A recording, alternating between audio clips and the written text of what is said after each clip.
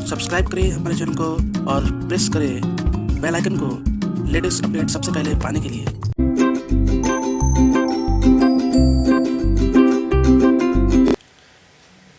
Hello बच्चों, स्वागत है आप सभी का हमारे चैनल सफल होम ट्यूशन में। और आज की जो क्लास है वो है lecture 2 class 12th physics chapter 1 electric charges and field. ठीक है, तो मैंने इसके पहले एक लेक्चर प्रोवाइड किया था अपने चैनल पे जिसमें मैंने सिलेबस के बारे में डिस्कशन किया था। मैं जानता हूँ मैं काफ़ी दिनों के बाद इस वीडियो को ला रहा हूँ आपके सामने और बहुत लोग मुझसे जुड़े नहीं हैं। तो अगर आप वीडियो देख रहे हैं, क्लास 12th में आप पढ़ते हैं, तो आप ज़्यादा से ज़्यादा अपने दोस्तों को वीडियो को शेयर कीजिए और मुझे फीडबैक दीजिएगा कि आपको ये जो क्लास है वो कैसी लगी। ठीक है, तो इसी के साथ चलिए हम क्लास को शुरू करते हैं। ठीक, तो देखिए यहाँ मैं लिख देता हूँ कि ये जो है ये क्लास 12th है जिसमें हम लोग फिजिक्स पढ़ रहे हैं। ठीक है, और ये चैप्टर 1 है। चैप्टर 1 अगर आप एनसीईआरटी में देख रहे हैं, एनसीईआरटी को फॉलो करेंगे तो ये एनसीईआरटी में लिखा हुआ है इलेक्ट्रिक चार्जेस एंड फील्ड, जो कि ये इलेक्ट्रोस्टैटिक्स के अंदर आती है। अगर हम ब्रॉडली इसको देखें तो पूरा जो आपका सिलेबस है वो इलेक्ट्रोमैग्नेटिज्म के अंदर आती है। ठीक है, जिसमें कि दो ब्रांच में इसको डिवाइड किया गया। पहला जो है वो है इलेक्ट्रोस्टैटिक्स और जो दूसरा है, पहला ये है इलेक्ट्रोस्टैटिक्स और जो दूसरा है वो है इलेक्ट्रोडायनेमिक्स। इलेक्ट्रोस्टैटिक्स में हम लोग क्या पढ़ते हैं, बेसिकली इलेक्ट्रोमैग्नेटिज्म जो है ये एक बड़ा चैप्टर है, बड़ा चैप्टर नहीं है, बड़ा बड़ा ब्रांच है जिसमें हम लोग चार्ज के बारे में पढ़ते हैं। चार्ज का प्रॉपर्टीज, मतलब चार्ज को पूरा हम लोग समझते हैं इसको। ठीक है, तो जब हम देखते हैं कि चार्ज अगर रेस्ट में होता है तो वो कुछ अलग प्रॉपर्टीज अपना शो करता है, और चार्ज अगर मोशन में है यहाँ पर तो वो कुछ अलग प्रॉपर्टी शो करता है। तो इसीलिए इसको अलग अलग बांट दिए हैं। ठीक है, ताकि आप लोगों को भी समझने में क्या हो, परेशानी ना हो। ठीक है, एक एक करके हम लोग पढ़ेंगे। पहले जो है, जो एनसीईआरटी का तो 2 चैप्टर है वो ये इसके अंदर आती है, इलेक्ट्रोस्टैटिक्स के अंदर आती है। ठीक है, जिसमें हम लोग चार्ज को पढ़ते हैं, जो चार्ज एट रेस्ट। चार्ज जो है वो रेस्ट में होता है, और रेस्ट में होने के कारण उसका जो प्रॉपर्टीज़ है, कैरेक्टरिस्टिक्स है, वो क्या होता है वो हम इसके अंदर पढ़ते हैं। दूसरा जो ब्रांच है वो है इलेक्ट्रोडायनेमिक्स। इसमें क्या होता है, तो इसमें हम चार्ज को पढ़ते हैं, लेकिन जब चार्ज मोशन में होता है तब क्या होता है, इसके बारे में हम इसमें पढ़ते हैं।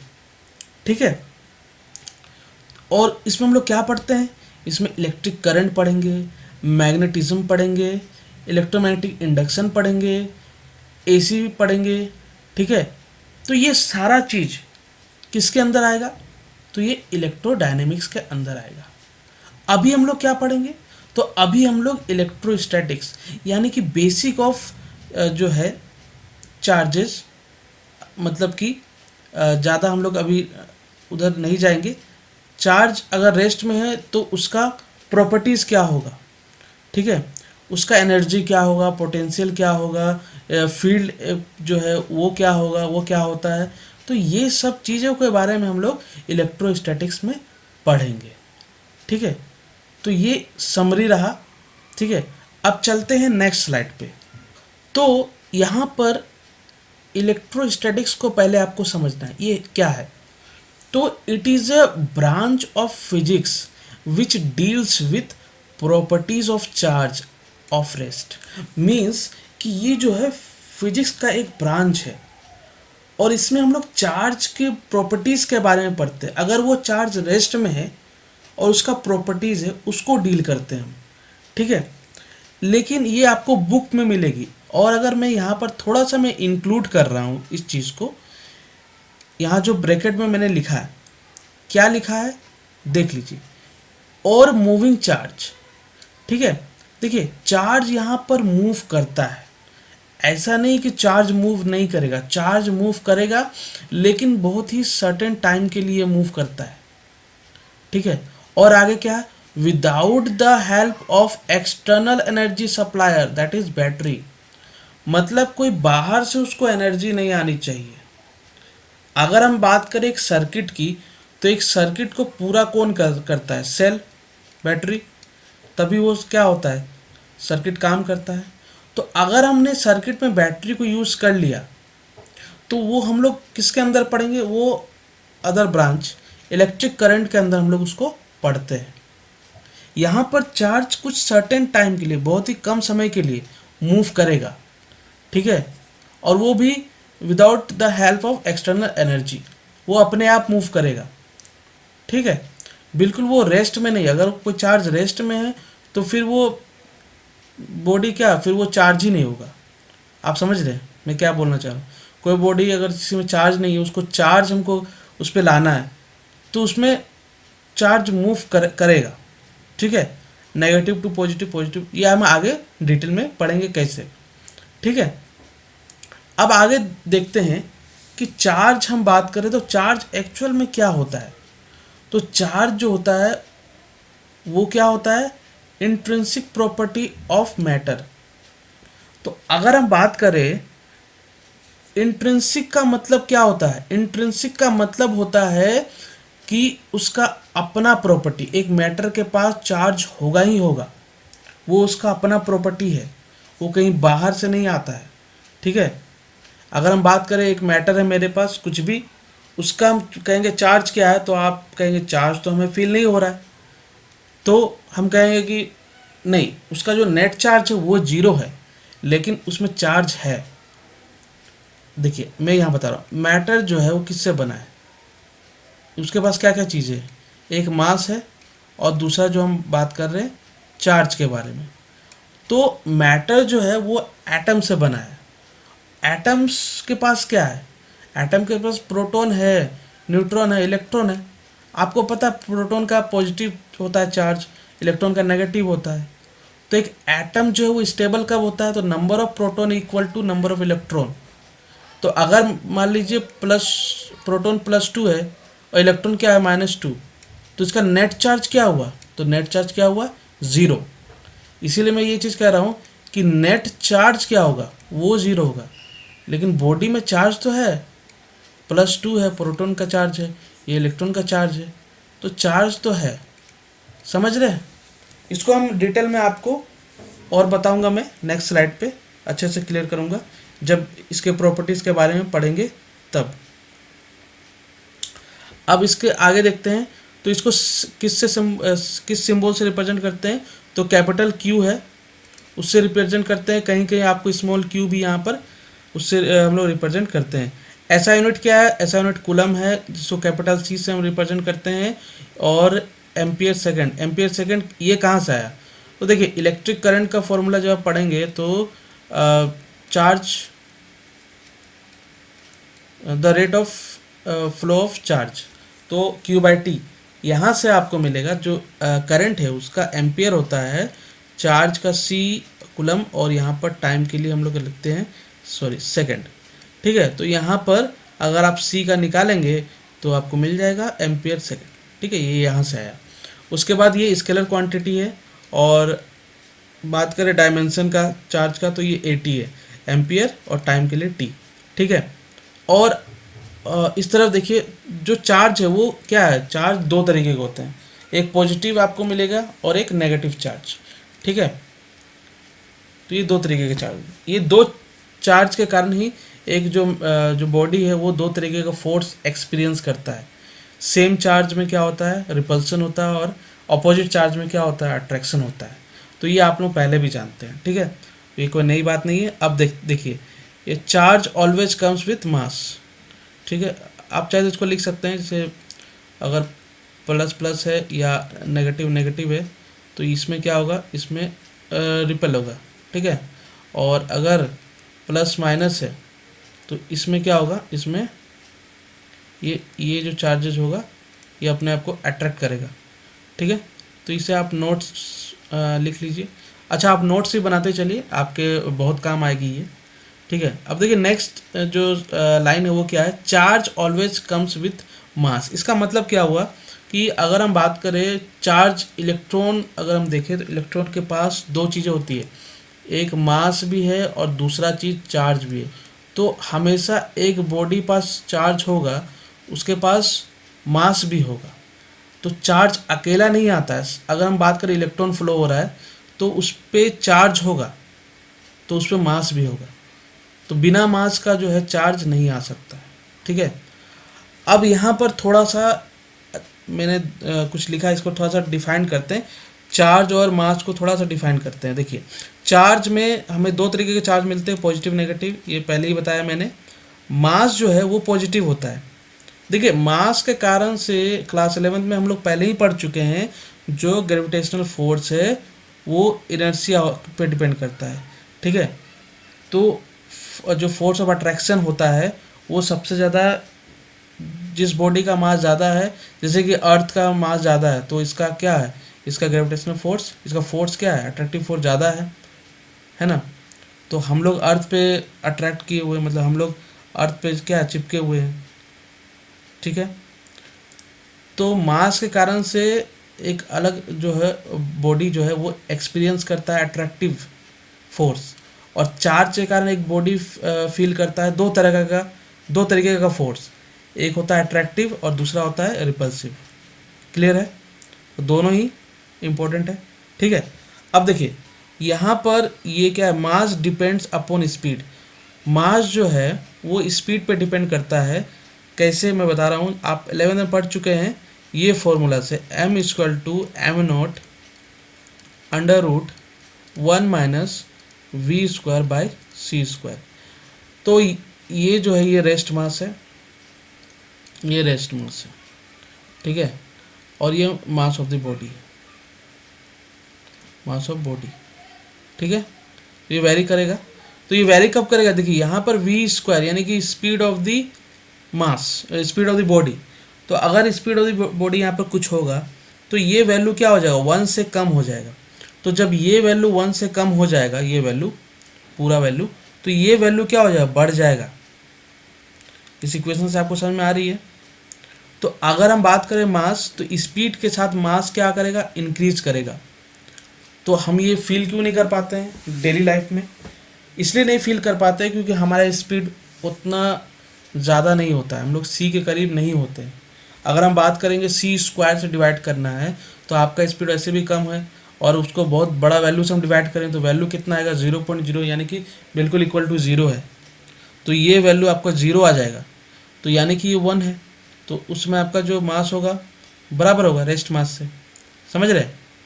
लेकिन यही अगर स्पीड ज़्यादा हो जाएगा, मान लीजिए एक इलेक्ट्रॉन का मास के बारे में बात करते तो वो उसका मास क्या होता है, बहुत ही कम होता है। ठीक है। स्पीड कितना होता है, तो वो सी के बराबर होता है स्पीड उसका। तो उस समय वो क्या हो जाएगा, 0। तो मास क्या हो जाएगा उसका, इनफाइनाइट। एक कंडीशन मैं बता रहा हूँ। ठीक है। तो कुछ इस तरह से, तो ये मास क्या करता है, वो डिपेंड करता है स्पीड पे। अब यहाँ देखते हैं, charge is independent of speed. Charge depend नहीं करता है स्पीड पे। अगर हम बात करें अगर इलेक्ट्रॉन है वो अपने साथ चार्ज को ले जा रहा है, ठीक है, तो उसका चार्ज वो कम या ज़्यादा नहीं होगा, इंक्रीज या डिक्रीज नहीं होगा, वो कांस्टेंट रहेगा। At any how any place it will be constant. ठीक है। तो चार्ज के केस में ऐसा नहीं है। चलिए अब नेक्स्ट स्लाइड में देखते हैं। तो यहाँ पर हम पढ़ रहे हैं, अब आगे पढ़ेंगे properties of charge. Properties of charge में पहला जो है, देखिए ये चार्ज का डेफिनेशन ही है, charge is intrinsic property of substance due to which it will experience electric force. तो ये मैंने बताया था कि जो एक सब्सटेंस का जो प्रॉपर्टी होता है, अपना एक प्रॉपर्टी होता है जिसके कारण से वो एक फोर्स एक्सपीरियंस करता है। ठीक है। दो तरीके के यहाँ पर फोर्स एक्सपीरियंस करेगा, जो कि अट्रैक्टिव होगा एक, और दूसरा क्या होगा, रिपल्सिव होगा। ठीक है। तो प्रॉपर्टी के कारण ये क्या हो रहा है, चार्ज का ये प्रॉपर्टी है जिसके कारण से कोई बॉडी जो है दो तरीके का फोर्स क्या कर रहा है, एक्सपीरियंस कर रहा है। वेरी सिंपल, क्लियर है। ठीक है। अब देखिए नंबर 2 में, charge can be classified into 2 types on the basis of nature. तो पॉजिटिव चार्ज प्लस क्यू और नेगेटिव चार्ज माइनस क्यू। ठीक है। तो इसे दो टाइप में इसको डिवाइड किया और इसी कारण से इस पे दो तरीके का फोर्स भी एक्सपीरियंस होता है। अगर हम बात करें सेम चार्ज में, जैसे कि प्लस प्लस और नेगेटिव नेगेटिव, तो इसमें क्या होगा, रिपल होगा। और अगर हम बात करें अपोजिट चार्जेस, तो अपोजिट चार्ज में क्या होगा, अट्रैक्शन होगा, अट्रैक्ट करेगा। ठीक है, तो ये चीज़ें हैं। अब हम आगे देखते हैं, charge is scalar quantity, it obey algebraic mathematics. तो चार्ज क्या होता है, स्केलर क्वांटिटी होता है। अगर हम बात करें कि किसी बॉडी में और ये एल्जेब्रिक मैथमेटिक्स क्या हो गया कि देखिए, चार्ज को हम लोग सिंपली ऐड, जो उसका कोई डायरेक्शन नहीं है, ठीक है, इसीलिए वो क्या हो गया, मैग्नीट्यूड है, तो स्केलर क्वांटिटी हो गया, ये तो क्लियर है।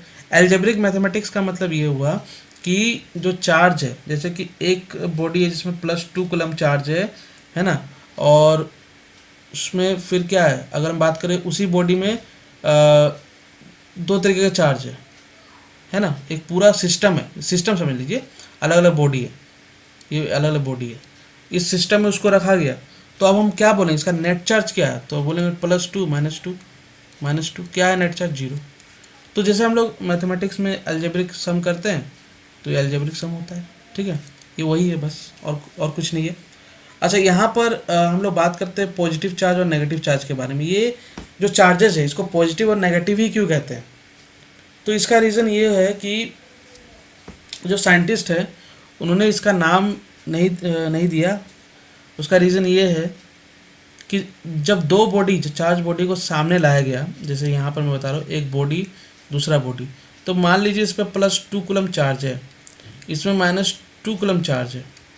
ठीक है, अब इस बॉडी को सामने लाया तो ये क्या हुआ, अट्रैक्ट हुआ। इसमें अट्रैक्शन होने के बाद इसका जो 2 कूलम है, यानी कि -2 कूलम, मतलब कि तो वो क्या करता है, इलेक्ट्रॉन का ट्रांसफ़र इसमें करेगा। ठीक है, तो ये जो नेगेटिव है वो इसको दे देगा। ठीक है, वो मैं बताऊंगा ऐसा क्यों होता है।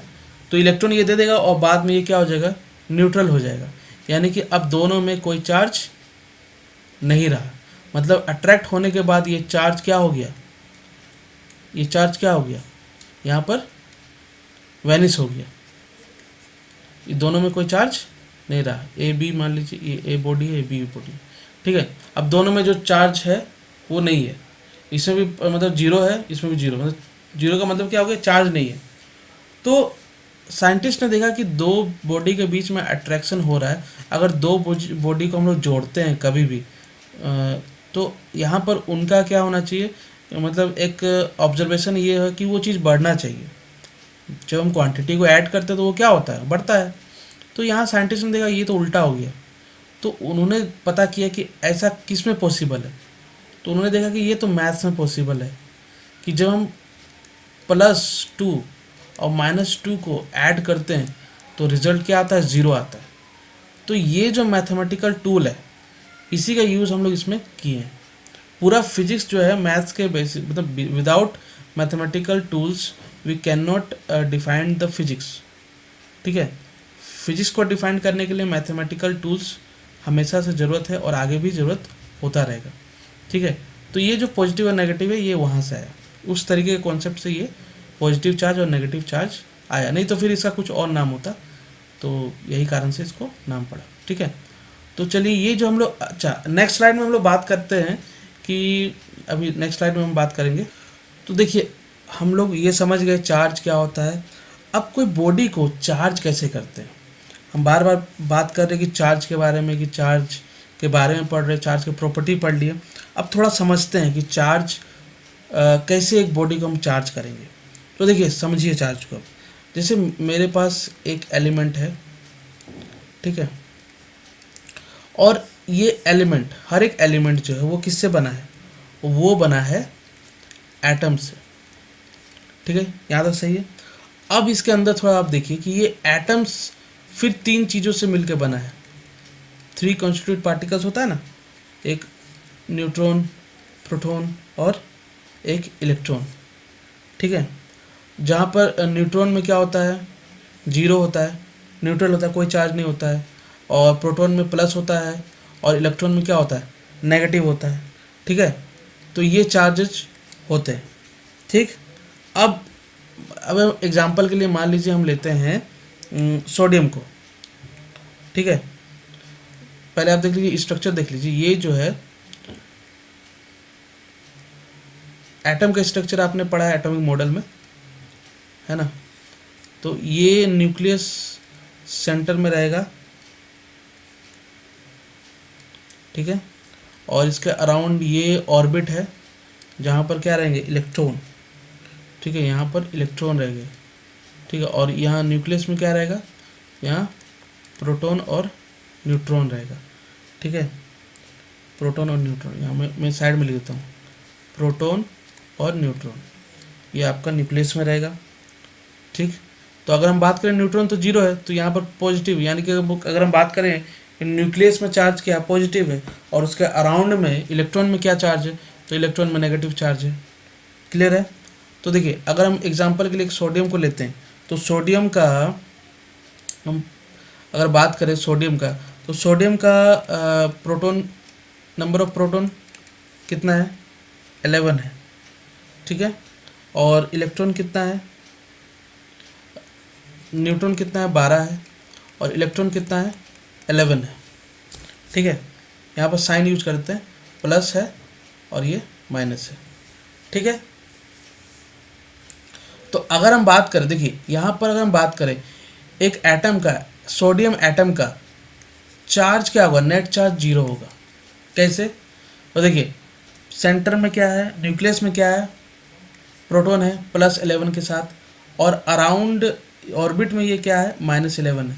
तो +11 और -11 कितना हुआ, 0। तो टोटल नेट चार्ज क्या हुआ सोडियम का, वो हो गया 0, ठीक है। तो अब इसको समझिए कि मेरे पास यहाँ पर एक क्या है, एटम है, ठीक है। तो हम कह सकते हैं कि ये एटम क्या है, न्यूट्रल है।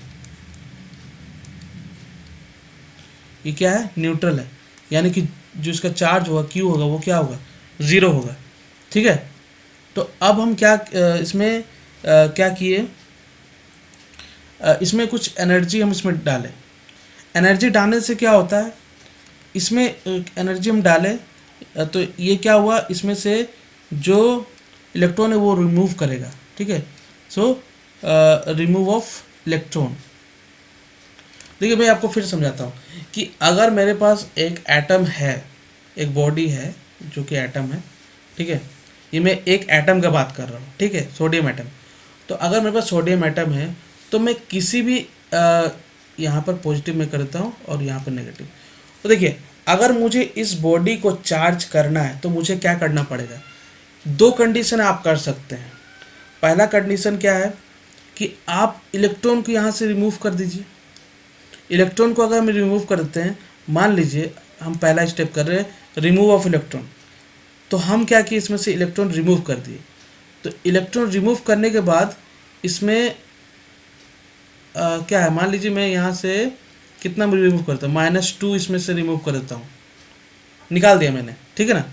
तो यहाँ पर पॉजिटिव कितना है, वो तो 11 ही है, प्रोटॉन कितना है, वो 11 ही है, तो यहाँ +11 ही रहेगा। और इलेक्ट्रॉन कितना हो जाएगा, तो -9। तो अगर आप देखें तो ये प्रोटॉन ज़्यादा है, तो हम क्या कहेंगे कि इस बॉडी में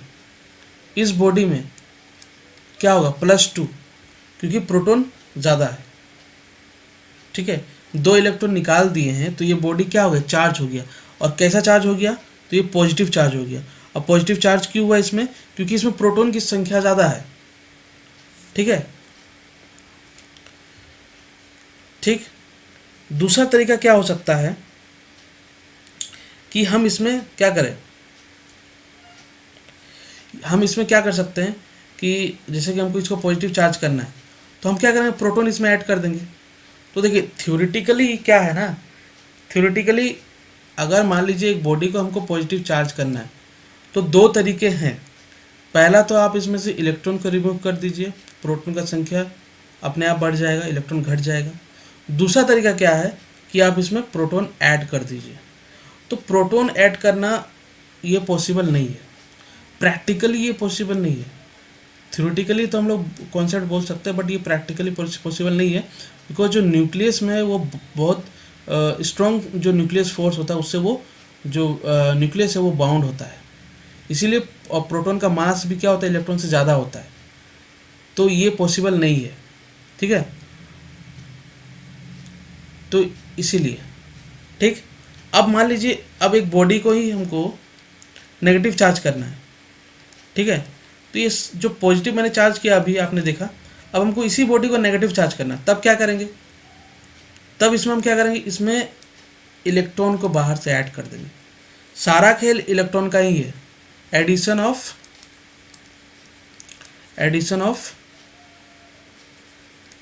इलेक्ट्रॉन। ठीक है, अब इसमें ऐड करने पर के बाद क्या हो जाएगा, इसमें इलेक्ट्रॉन की संख्या बढ़ जाएगी। यहाँ पर क्या हुआ था, पॉजिटिव की संख्या बढ़ गई थी। तो अगर मान लीजिए इसमें -2 में इसमें क्या कर रहा हूँ, 2 इलेक्ट्रॉन इसमें दे रहा हूँ, तो ये क्या हो जाएगा, बोल सकते हैं इस बॉडी का जो चार्ज होगा वो क्या होगा, -2। ये बस मैं -2 +2 ये एग्जांपल के लिए बता रहा हूँ। अगर आप बात करें एक इलेक्ट्रॉन में चार्ज कितना होता है, तो ये मैं कूलम के लिए बता रहा हूँ। ठीक है ना, अब कूलम, तो अगर हम बात करें कि अगर मान लीजिए -2 कूलम चार्ज आपको एक बॉडी में बढ़ाना है या देना है, तो ये मत सोचिए कि 2 इलेक्ट्रॉन के थ्रू होगा, नहीं, एक इलेक्ट्रॉन में जो चार्ज होता है वो होता है -1.6 इंटू 10⁻⁻19 कूलम, इतना कम। और अगर हम प्रोटॉन की बात करें तो वो क्या होगा, +1.6 इंटू 10⁻⁻19 कूलम, और न्यूट्रॉन क्या हो गया, 0। तो ये आप वैल्यू याद रखिएगा। ठीक है, वेरी वेरी इंपॉर्टेंट है, आप इसको याद रखिएगा। ठीक है, तो इस तरह से हम बॉडी को चार्ज करते हैं। रिमूवल ऑफ इलेक्ट्रॉन पहला है, और दूसरा एडिशन ऑफ इलेक्ट्रॉन। ठीक है, काफ़ी यहाँ पर ये रफ मैंने कर दिया, तो आई होप कि आपको ये समझ में आया होगा। ठीक है, इस तरह से हम क्या करते हैं, एक बॉडी को हम लोग चार्ज करते हैं। तो आज का क्लास में इतना ही रखता हूँ। ठीक है, नेक्स्ट क्लास में मैंने जो बात किया है, जो मैंने बताया है, उसको आप एक बार पढ़िएगा, और आपको अगर समझ में नहीं आएगी तो आप दोबारा से एक बार वीडियो को देखिएगा और समझने का कोशिश कीजिएगा। ठीक है, और अगर कुछ डाउट है तो आप ज़रूर कमेंट बॉक्स में मुझे लिखें, मुझे बताएं। ठीक है, मैं उसका रिप्लाई करूँगा। और इस तरह से फिर अभी मैं लगातार वीडियो आपके लिए लाऊंगा। जैसे मैं क्लास 12 के लिए ला रहा हूँ, उसी तरह क्लास 11 का भी वीडियो में क्लासेस जो है वो जल्द ही लाने वाला हूँ। तो आई होप कि मैं अब डेली बेसिस पे क्लासेस लाऊंगा। बस आप इसको ज़्यादा से ज़्यादा क्या करें, लाइक करें और शेयर करें। अगर आप मेरे वीडियो को देखेंगे और ज़्यादा लोग जुड़ेंगे तो मैं फिर लगातार वीडियो लाऊंगा।